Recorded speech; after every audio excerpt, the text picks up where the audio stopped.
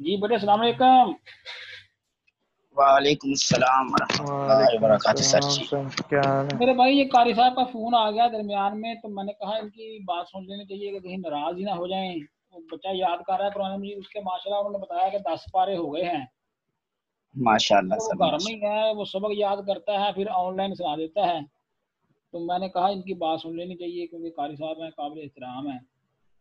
जी sir, तो बिल्कुल। आज मेरे भाई हमने ये चैप्टर नया शुरू करना है एम्फीबियंस का। तो मैं ये आपके साथ स्क्रीन एक शेयर करता हूँ जिसमें ये एम्फीबियंस के बारे में अ,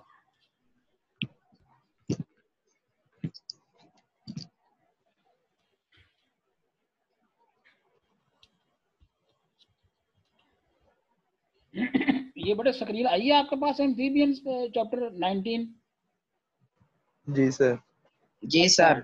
तो मैं बिस्मिल्लाह करता हूँ। देखें बेटे, जी बात सर। ये है कि ये पहला लफ्ज है adaptation that favored the survival of fishes during periodic droughts, pre-adapted vertebrate to life on land। कहता है कि देखें ना, कहत पड़ते हैं बाज दफ़ा खुशक साली आती है, बारिशें नहीं होती, और फिर जो फिशेज हैं उनको अडाप्टेशन अख्तियार करना पड़ती है पानी के बगैर कैसे ज़िंदा रहना है।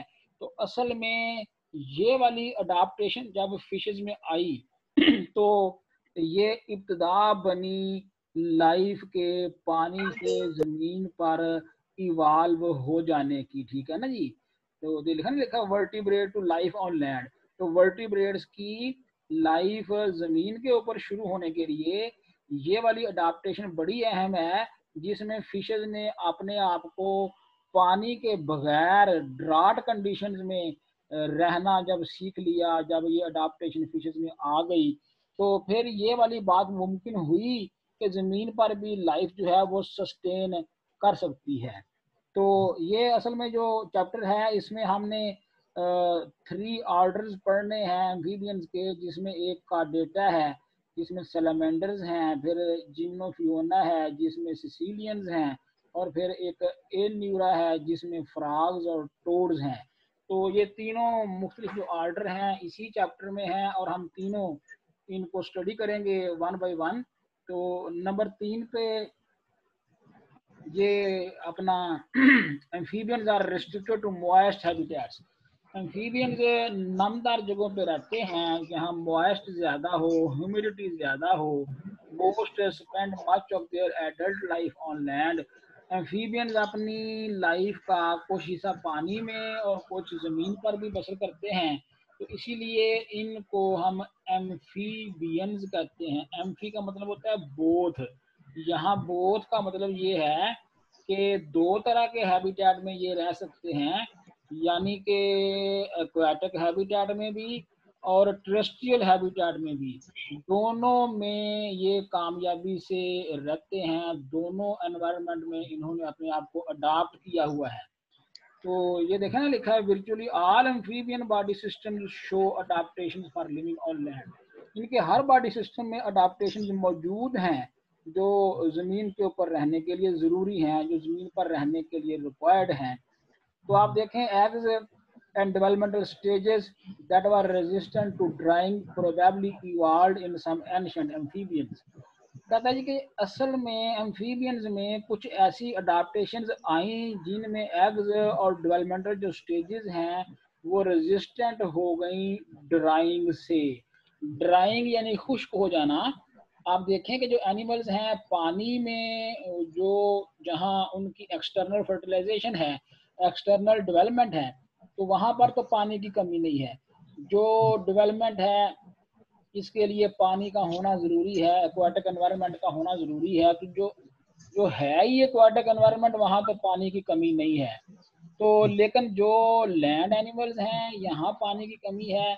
लेकिन ज़मीन पर भी आप देखें कि जो बर्ड्स के एग हैं वो हैच होते हैं, तो एक्चुअली जो एग्स हैं उनमें सफिशेंट हद तक पानी मौजूद होता है, और एम्ब्रियो की डेवलपमेंट एक्वाटिक मीडियम में ही होती है।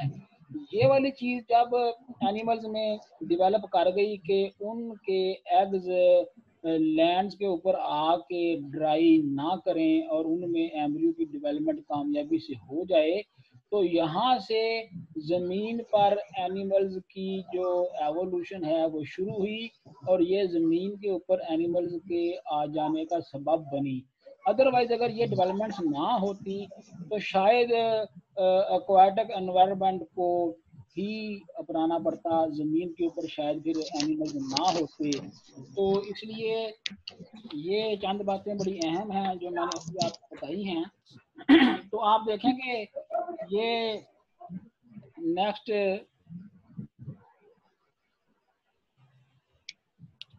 ये बड़े तीनों ऑर्डर जो है ना, ऑर्डर का डेटा, ऑर्डर जिम्नोफियोना, ऑर्डर ए न्यूरा, ये हम अभी देखते हैं। तो ये ऑर्डर का डेटा को समझने के लिए, यानी इन तीनों ऑर्डर को समझने के लिए आपने अभी मेरे साथ रहना है। ये सीआर साहब कोई स्टूडेंट जो है ना, ये स्क्रीन के ऊपर एरो वगैरह बना रहा है, उसे कहें कि मेहरबानी करके ये काम ना करे। तो अगर ये मैंने नोट कर लिया कि कौन है ये, तो फिर ये फिर नाराजगी वाली बात होगी, तो उसको मना करें। जी सर ठीक है, मैं कह देता हूँ। तो अब ये आपके सामने मैं एक और चीज़ शेयर करता हूँ जिसमें तीनों ऑर्डर को डिटेल से बयान किया गया है, आपने सुनना है। जहां आपको बात समझ ना आए मुझे आपने बता देना है, मैं वहीं पे फिर रोक दूंगा, ठीक है ना जी। तो मैं अभी आपके सामने जी सर ठीक है। स्क्रीन शेयर करता हूँ।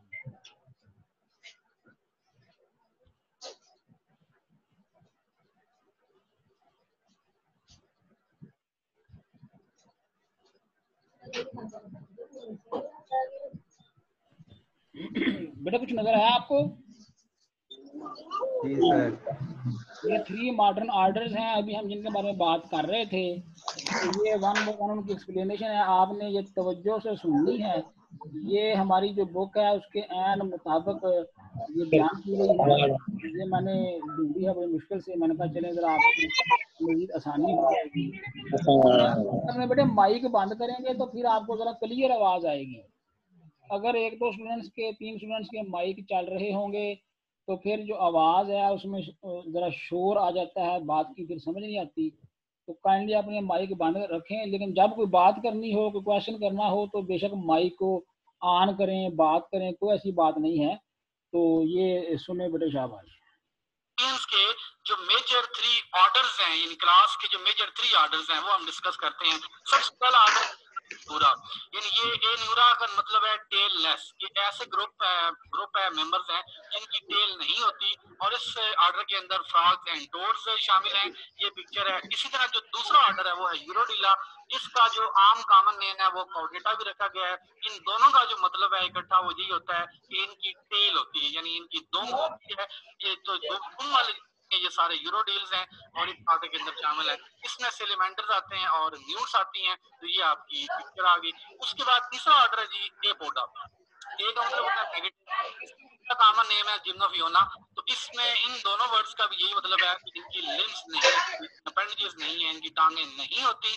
और इस ग्रुप के अंदर जो शामिल ऑर्गेनिजम्स हैं उनको हम कहते हैं सेसिलियन, और ये आप सेसिलियन अपनी स्क्रीन पे देख रहे हैं। तो इन तीनों ऑर्डर्स का एक जनरल ओवरव्यू अपने ज़हन में आप बिठा लें। ए न्यूरा, यूरोडिला और ए पोडा, मीन के टेल लेस और टेल वाले और बगैर लिम्स के, यानी लिम्स जिनके नहीं होते, बिल्कुल स्नेक लाइक स्ट्रक्चर होती है। उसके बाद हम देखते हैं ये हल्का फुल्का इनकी एवोल्यूशन के बारे में कि ये जो एम्फिबियंस हैं ये इवॉल्व हुए हैं लो फिन। जो लेक्चर है उसमें हमने लो फिन फिशेस के बारे में डिस्कस किया था। उनके अंदर बोन्स है, उनके एक फ्लैश होता है, इसकी वजह से वो पानी में मूव करते हैं। तो उसी से ये एक हाइपोथेसिस बनाया गया है कि ये जो फर्स्ट हाइपोथेसिस है उसके मुताबिक कि ये पान टू पान माइग्रेट करना स्टार्ट हो गए थे। इस वजह से इनकी जो फिन्स हैं वो लिम्स में चेंज होना स्टार्ट हो गए थे आहिस्ता आहिस्ता। दूसरा हाइपोथेसिस ये कहता है कि पान टू पान माइग्रेशन नहीं हुई थी, बल्कि वो लैंड की तरफ माइग्रेट करते थे ताकि वहां आसानी से फूड मिल जाती। बेटे बात सुने। हेलो हेलो जी सर जी सर जी सर। ये कुछ बच्चों ने माइक ऑन किया हुआ है, माइक बंद करें और मेरी बात सुने। देखें बेटे, ये एवोल्यूशन के बारे में बात हो रही है कि किस तरह से इवाल्व हुई फिशेज में ये लोब्ड फिन्ड फिशेज क्या हैं। आप देखेंगे फिशेज में तो फिन्स हैं, लेकिन मसला ये है कि फिन्स तो पानी में स्विम करने के लिए हैं। जब मुख्तलिफ जगहों पे बारिशें कभी कभार आपको पता है थोड़ी होती हैं, पानी की शॉर्टेज हो जाती है, फिर जो पॉन्ड्स हैं मुख्तलिफ, यानी शुरू में तो पानी के ज़्यादा होने से वसी एरिया पर पानी ही होता है, लेकिन जब पानी कम हो जाए तो फिर पानी सिर्फ ज़्यादा नशीबी इलाकों में रहता है, ज़्यादा गहरे इलाकों में जो ज़रा कम गहरे होते हैं वो खुश्क हो जाते हैं। यानी एक बहुत बड़ा जो वाटर बॉडी है, अगर उसमें पानी की कमी हो तो एक बड़ी वाटर बॉडी की बजाय वहाँ छोटी छोटी कई वाटर बॉडीज बन जाती हैं। तो ऐसी सूरत में एक पौंड से दूसरे पौंड में जाने के लिए फिश के जो फिन्स हैं वो तो बेकार हैं, क्योंकि फिन्स तो पानी में स्विम करने के लिए हैं। तो फिर इसका हल उन्होंने अडाप्टेशन के तौर पर ये निकाला कि उनके जो फिन्स हैं फिश के, वो छोटी छोटी लोब में डेवलप हुई। तो इस तरह से वो कह लें कि lobed fin lobed finned fishes बन गई। तो दूसरा उसने उसने बताया कि pond to pond migration fish ने नहीं की, बल्कि वो माइग्रेशन की है उन्होंने सीधी जमीन पानी से ज़मीन के ऊपर। तो ज़मीन पर ज़ाहिर है कि उनको फिर चलना है तो फिर वो फिन्स के जरिए नहीं चल सकती, तो लोग उनके होंगे, कुछ छोटी मोटी उनकी लिम्ब नुमा चीज़ होगी तो चलेंगी। तो इस तरह की बात कर रहा है, ज़रा ध्यान से सुनेंगे तो सारी बात आप फॉलो करेंगे। ठीक है जी, कि अपना सीआर साहब बात समझ आई है? जी सर। प्लांट्स की सूरत में या बाकी जो इंसेक्ट्स हैं उनकी सूरत में, और वहां पे कोई उनका प्रीडेटर भी नहीं लैंड के ऊपर था। दैट्स व्हाई ये लैंड की तरफ गए। तो ये दो हाइपोथेसिस हैं, अब इन दोनों में से 100% करेक्ट कौन सा है ये अभी तक किसी को भी नहीं पता। हाँ, एक इंटरमीडिएट फॉसिल जो है वो अभी मिला है, जिसका नाम है टिक्टालेग्रोजी। ये एक इंटरमीडिएट है जिसके दरमियान लोब्ड फिन्ड फिशेस और एम्फीबियंस के दरमियान ये एक इंटरमीडिएट है, जिसका नाम आपने याद रखना है एमसीक्यूज के हवाले से। और ये आर्कटिक कनाडा के अंदर लेट डिवोनियन पीरियड से प्रिजर्व शुदा फॉसिल जो हमें मिला है। ये इसकी आप डायग्राम अगर देखें तो ये फॉसिल है नीचे वाला, ऊपर इसकी जो मतलब खुद से रिकंस्ट्रक्ट की गई एक इमेज है। तो आप अंदाजा लगा सकते हैं कि ये कितना सिमिलर है लोब्ड फिन्ड फिशेस के साथ भी और एम्फीबियंस के साथ। तो चलिए जी, अब इसकी एक हम कंपैरेटिव अप्रोच देखते हैं। तीनों जो ऑर्डर्स हैं एट ए टाइम हम इनके सारे जो फीचर्स हैं वो डिस्कस करते हैं, ताकि ये याद करने में हमें आसानी रहे, और फिर जब भी हम इनको कंपेयर करें तो हमारे ज़हन में इनका जो डिफरेंस है वो भी आ जाए। सबसे पहले हम देखते हैं कि इनकी जो स्पीशीज है वो क्या है। तो फ्रॉग्स एंड टोड्स की टोटल स्पीशीज यानी 7400, और ये 90% जो स्पीशीज हैं एम्फीबियंस की वो सारे के सारे फ्रॉग्स एंड टोड्स ही हैं। दूसरा जो ऑर्डर है ऑर्डर सेलिमेंडर यानी उनकी स्पीशीज है 675, और जो सेसिलियंस है वो सिर्फ और सिर्फ 200 स्पीशीज है। तो एक और एमसीक्यू यहाँ पे आप जेहन में बिठा लें कि जो वर्टिब्रेट्स में स्मॉलेस्ट ग्रुप है जिसकी सबसे कम स्पीशीज है वो एम्फीबियंस हैं। उसके बाद दूसरे नंबर पे है कि इनका जो बॉडी है फ्रॉग्स का टोड्स का वो स्टाउट होता है, सेलेमेंडर्स जो है वो सिलेंडर बॉडी होता है, और सेसिलियंस जो है सिलेंडर। तो उम्मीद है कि आपको स्टाउट और सिलेंडर का डिफरेंस पता होगा। इसी तरह जो फ्रॉग्स एंड टोड्स है उनकी आईज लार्ज होती हैं और सेलेमेंडर्स की आईज भी लार्ज है, लेकिन जो सेसिलियंस है उनकी आईज नहीं होती। स्किन के अंदर छोटे छोटे सेंस ऑर्गन्स होते हैं जो कि लाइट को डिटेक्ट करते हैं, तो उनको हम आईज ही कहते हैं, लेकिन वो हर ढेर सारे होते हैं स्किन के अंदर, बज़ाहिर इनकी कोई आंख नहीं होती। तो इनका जो साइज है फ्रॉग्स का वो 0.8 से 32 सेंटीमीटर, दूसरे का 1.5 से 180 सेंटीमीटर, यानी सबसे लंबे यही होते हैं, और तीसरा जो है उसके 11 से 150 सेंटीमीटर तक इनका साइज हो सकता है। ये एमसीक्यूज है इसलिए आपसे शेयर किए जा रहे हैं। उसके बाद हम देखते हैं कि फूड जो है ये कैसे कैप्चर करते हैं। तो फ्रॉग एंड टोड जो है ये सिट एंड वेट प्रीडेटर्स हैं, यानी ये एक जगह पे रुके रहते हैं और जो इनका प्रे है उसके आने का इंतजार करते हैं, और फिर अचानक अपनी जो जुबान है उसको छुपाए निकाल के उस प्रे को कैप्चर कर लेते हैं और उसको इंगल्फ कर लेते हैं। ये चबा नहीं सकते बल्कि ये पूरे का पूरा निकलते हैं। सेलेमेंडर्स क्या है, ये टेरेस्ट्रियल यूज टंग यानी जो खुश्की में रहते हैं वो जुबान का इस्तेमाल करते हैं कैप्चर, लेकिन जो पानी में रहते हैं वो अपने जबड़ों का इस्तेमाल करते हैं, छोटे छोटे जो फिशेज वगैरह हैं या जो इनवर्टिब्रेट्स हैं उनको पकड़ कर निकल लेते हैं। तीसरे सेसिलियंस है, ये जो टेरेस्ट्रियल है ये अर्थम वगैरह को खाते हैं जो खुश्की में रहते हैं, लेकिन जो एक्वेटिक है वो छोटे इनवर्टिब्रेट्स और जो स्मॉल फिशेज हैं उनको खा लेते हैं क्योंकि इनका साइज थोड़ा सा बड़ा होता है। सिमिलरली जो फ्रॉग्स और टोड्स हैं और सेलेमेंडर्स, ये टेट्रापोड्स है, यानी इनके 4 लिम्स होते हैं, 2 आगे पेक्टोरल और 2 पीछे पेल्विक लिम्स होते हैं। अब जो फ्रॉग की बात करें तो उनके जो हाइंड लेग्स होती हैं, पिछली टांगे, वो काफी मजबूत होती हैं। जमीन के ऊपर वो हॉपिंग के लिए, जंपिंग के लिए इस्तेमाल करती हैं, लेकिन पानी के अंदर वही जो उनके लेग्स हैं, हाइंड लेग्स, उनको तैरने के लिए इस्तेमाल करते हैं। सिमिलरली जो सेलेमेंडर्स हैं, ये भी टेट्रापोड्स ही हैं और ये जमीन पर टांगों की मदद से चलते हैं और पानी में कुछ टांगों का थोड़ा बहुत इस्तेमाल करते हैं, लेकिन बॉडी की जो अनडुलेटिंग मूवमेंट है, यानी बॉडी के दरमियान से कभी लेफ्ट कभी राइट मूव करके, अनडुलेट करके ये पानी के अंदर स्विम करते हैं। और जो सेसिलियंस हैं, उनके ज़ाहिर है कोई टांगे नहीं होती, बिल्कुल लिम्बलेस हैं, मूव बाय अनडुलेटिंग द बॉडी, यानी ये बॉडी को सिर्फ इधर उधर मूव करके स्नेक की तरह, वर्म की तरह पानी के अंदर ये मूव करते हैं या लैंड के ऊपर मूव करते हैं।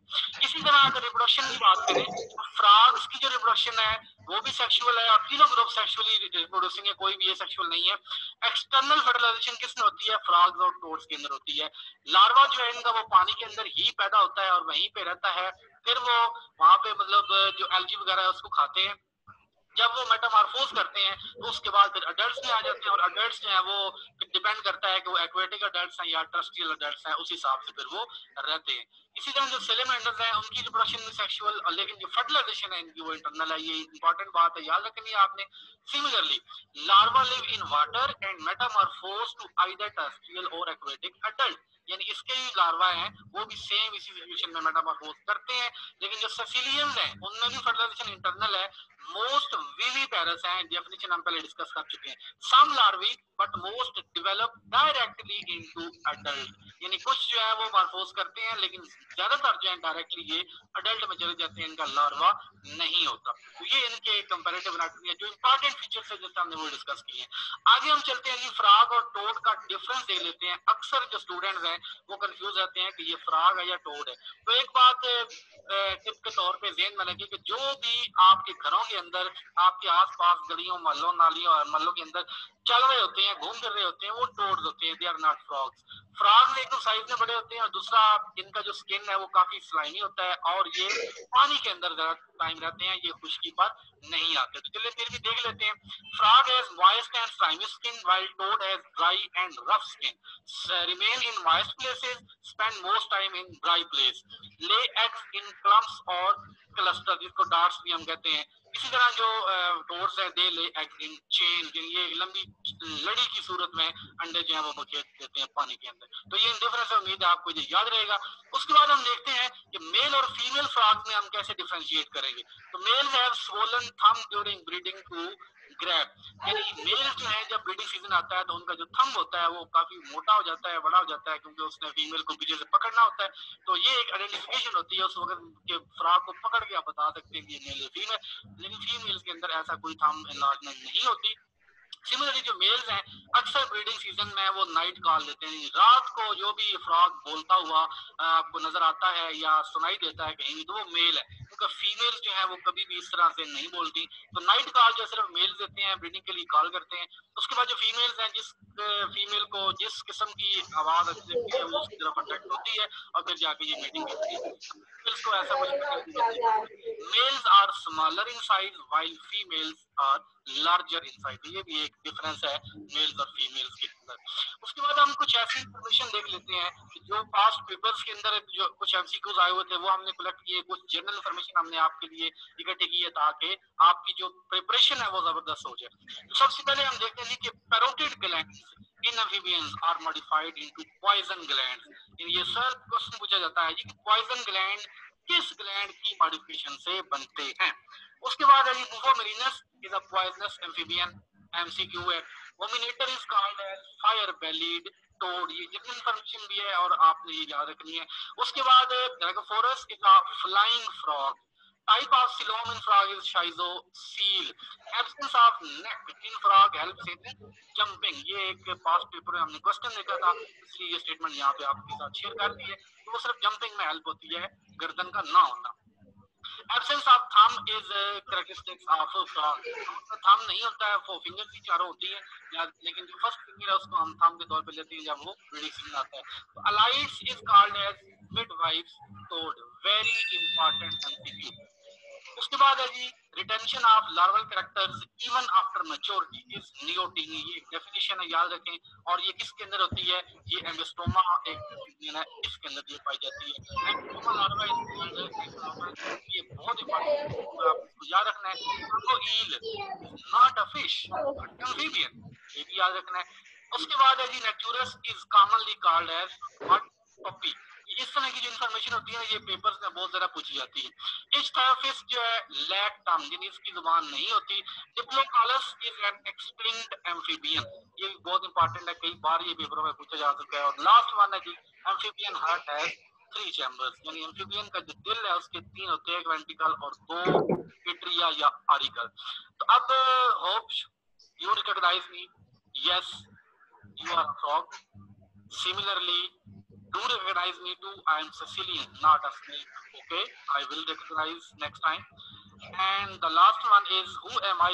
You are Salamander. Thanks for joining and learning. उम्मीद करते हैं आपने आज भी कुछ नई चीजें सीखी होंगी। आपकी थोड़ी सी सपोर्ट हमें बहुत ज्यादा खुशी दे सकती है। तो आप से रिक्वेस्ट है कि आप हमारे चैनल जोलॉजिस्ट मोहसिन को सब्सक्राइब कर दें और इस चैनल के साथ जुड़े रहें। हर आने वाली वीडियो को आप देखें, इंशाअल्लाह आपको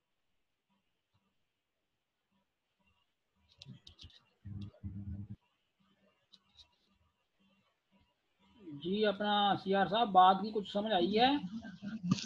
जी सर, पूरी तवज्जो से सुनिए सर। अच्छा, आवाज क्लियर थी या गड़बड़ थी आवाज में? क्लियर थी आवाज सर। अच्छा, अब मैं दोबारा नोट्स आपके सामने रखता हूँ, थोड़ी सी बात और कर लेते हैं, शायद भी 5 मिनट भी और मिल जाएंगे। असल में ये जो मीटिंग होती है ना, ये गूगल पे 40 मिनट्स की होती है, तो 40 जी मिनट सर। के बाद ये ऑटोमेटिकली ख़त्म हो जाती है। तो उससे पहले हम जो बात कर सकते हैं वो करते हैं। तो अब मैं दोबारा शेयर करता हूँ, दोबारा वो जो हमारी अपनी बुक है उस पर आते हैं।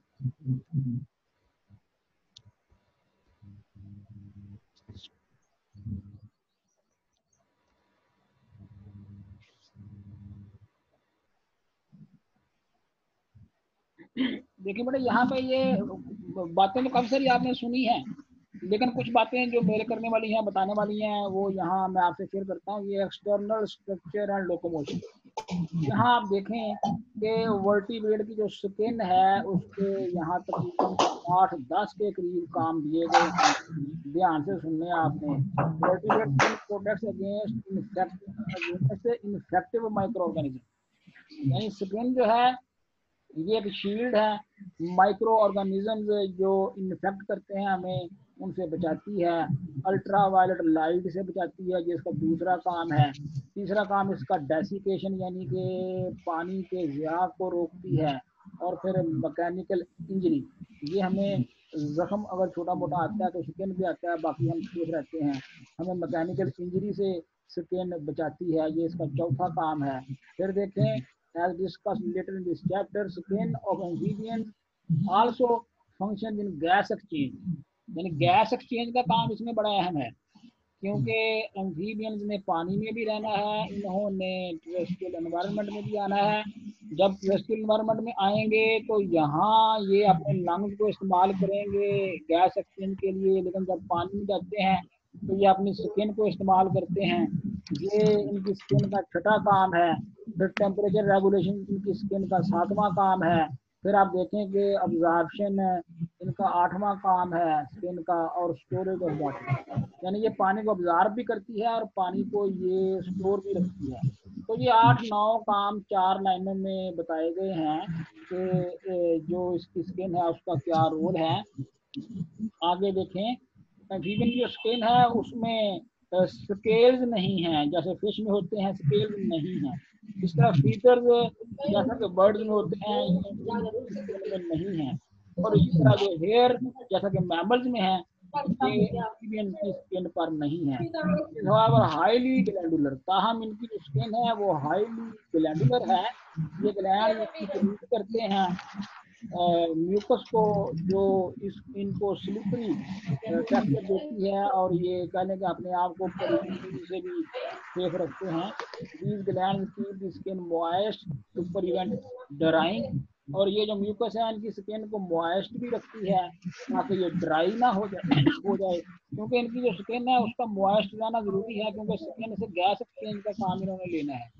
जहाँ भी गैस एक्सचेंज जिस सरफेस पे भी होगी वहाँ ये शर्त है कि वो सरफेस मॉइस्ट हो, वो नमदार हो, तब ही गैस एक्सचेंज होगी। अगर ड्राई सरफेस हो तो गैस एक्सचेंज नहीं होगी। मिसाल के तौर पे हमारे लंग्स हैं, वहाँ गैस एक्सचेंज होती है, कार्बन डाइऑक्साइड और ऑक्सीजन एक्सचेंज होती है। तो अगर हमारे लंग्स ड्राई हों तो ये गैस एक्सचेंज नहीं होगी और हमारी डेथ हो जाएगी। लेकिन हमारे लंग्स हर वक्त मॉइस्ट रहते हैं सफिशिएंट हद तक, ताकि गैस एक्सचेंज का काम सही तरीके से हो सके। उसके बाद देखें बेटे, ये चंद बातें मैंने आपको बताई हैं। ये सपोर्ट एंड मूवमेंट में भी कुछ बातें हैं। यहाँ एक लफ्ज लिखा है water boys and support aquatic animal. तो पानी जो है इसमें आपने बुयांसी रेगुलेशन इन फिशेस भी पढ़ा है।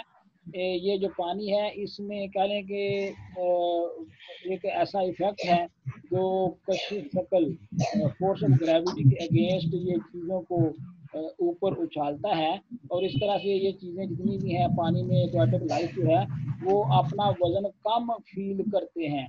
मिसाल के तौर पे हिप्पोपोटामस एक कह लें कि एक मैमल है जो टेरेस्ट्रियल एनवायरनमेंट में उसका चलना भी मुश्किल है। वो जमीन पे आता है ग्रेजन के लिए रात को, तो बड़ी मुश्किल से उसको चलना पड़ता है, उसका वजन ज़्यादा है, टांगें उसकी उतनी हैवी नहीं हैं, तो वो ज़मीन पर मुश्किल चलता है, उसकी मजबूरी है ज़मीन पे आना, लेकिन वो ज़्यादा टाइम पानी में रहता है। पानी में जाके उसका वज़न उसे 20-22 गुना कम फील होता है, ये वाटर के बुयांसी इफेक्ट की वजह से। और इस तरह देखें कि skeleton of fishes function primarily protecting internal organ.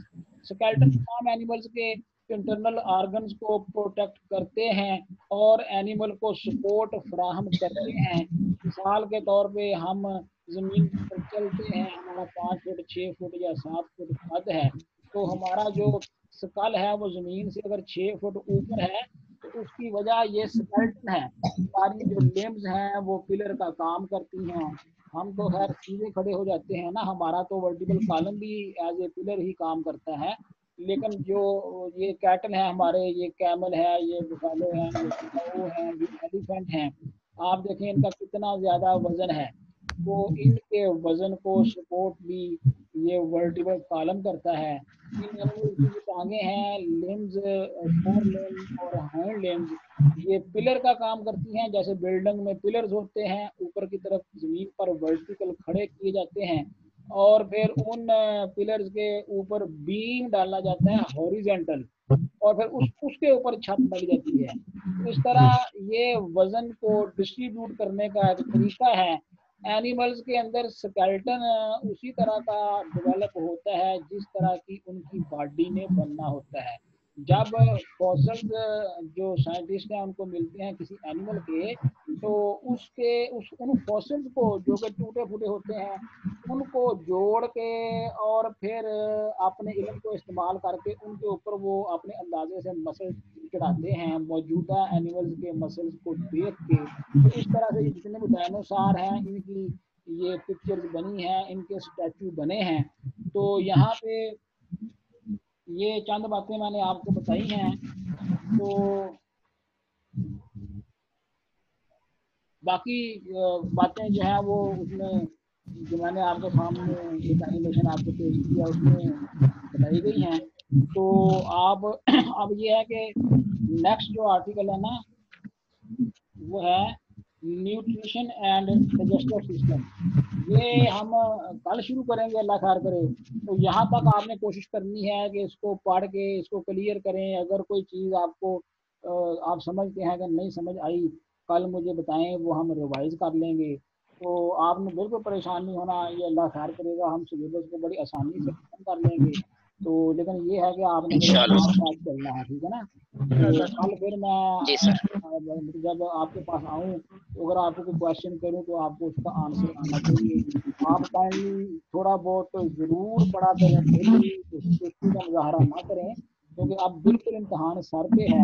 तो अभी से अगर आप थोड़ा थोड़ा करके पढ़ेंगे तो आपकी तैयारी हो जाएगी। अदरवाइज फिर जब डेट आ जाएगी, गर्मी होगी, आप पर बर्डन पड़ जाएगा, फिर आपकी जो तबीयत है, आपको बुखार भी हो सकता है, अल्लाह ना करे। तो इन चीज़ों से बचने के लिए तैयारी शुरू कर दी। ये बात फॉलो की है? जी सर। सर वो अटेंडेंस का कह दें, आपने कहा था हाँ, कि याद दिला देना तो सर। ये तमाम स्टूडेंट्स मेरी बात सुने बेटे, मैंने अटेंडेंस के लिए गूगल क्लासरूम एक बनाई हुई है। आप गूगल क्लासरूम में जाके तो उसका कोड भी मैंने सेंड किया हुआ आपको। आपने कोड दिया सबको? सर जी इनको आज दोबारा भी सेंड किया है, पहले भी सेंड किया हुआ था। अच्छा, वो जो नहीं, कोई बात सर जी आवाज नहीं आ रही आपकी। आप बेटे परेशान ना हो। जो स्टूडेंट वहाँ पे अटेंडेंस नहीं लगाएंगे उनकी एब्सेंट लग जाएगी। एब्सेंट तो खुद ही लग जाती है ना, क्योंकि ये सारा सिलसिला जो है ये ऑटोमेटिक है, ये डिजिटल है, ये ऑनलाइन है। इसमें ना मैं हेल्प कर सकता हूँ ना आप कर सकते हैं।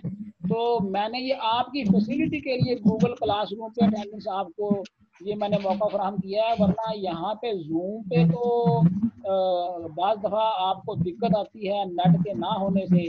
तो गूगल क्लासरूम में चलें, अगर आपको 10 मिनट 20 मिनट आधा घंटा घंटा या 2 घंटे लेट भी हो गए हैं, आपने अटेंडेंस लगा दिए, तो वो तो फिर भी मैं कबूल कर सकता हूँ, आपको राइट दे जी सकता हूँ। लेकिन अगर आप वहाँ पे जी सर। अटेंडेंस लगाएंगे नहीं तो मेरे भाई मैं क्या कर सकता हूँ? फिर आपके लेक्चर स्टार्ट होंगे, फिर आपने हमें बुरा भला कहना है। तो मैं आपसे ये मुद्दबाना गुजारिश करता हूँ सब स्टूडेंट से कि मेरे भाई ना आप तंग हो ना हमें कोई इस तरह का मौका दें, अटेंडेंस साथ साथ लगाएं।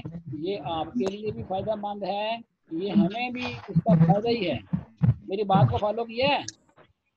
जी सर। तो बराए मेहरबानी तमाम स्टूडेंट्स वहाँ पे अटेंडेंस लगाएं और क्लास को भी तमाम ज्वाइन किया करें। आज ये मेरे ख्याल में 30 तक स्टूडेंट्स गए हैं। तो आप कोशिश किया करें कि जो स्टूडेंट्स नहीं जिन्होंने आज ज्वाइन की क्लास वो भी ज्वाइन किया करें, क्योंकि ये जो अपना आप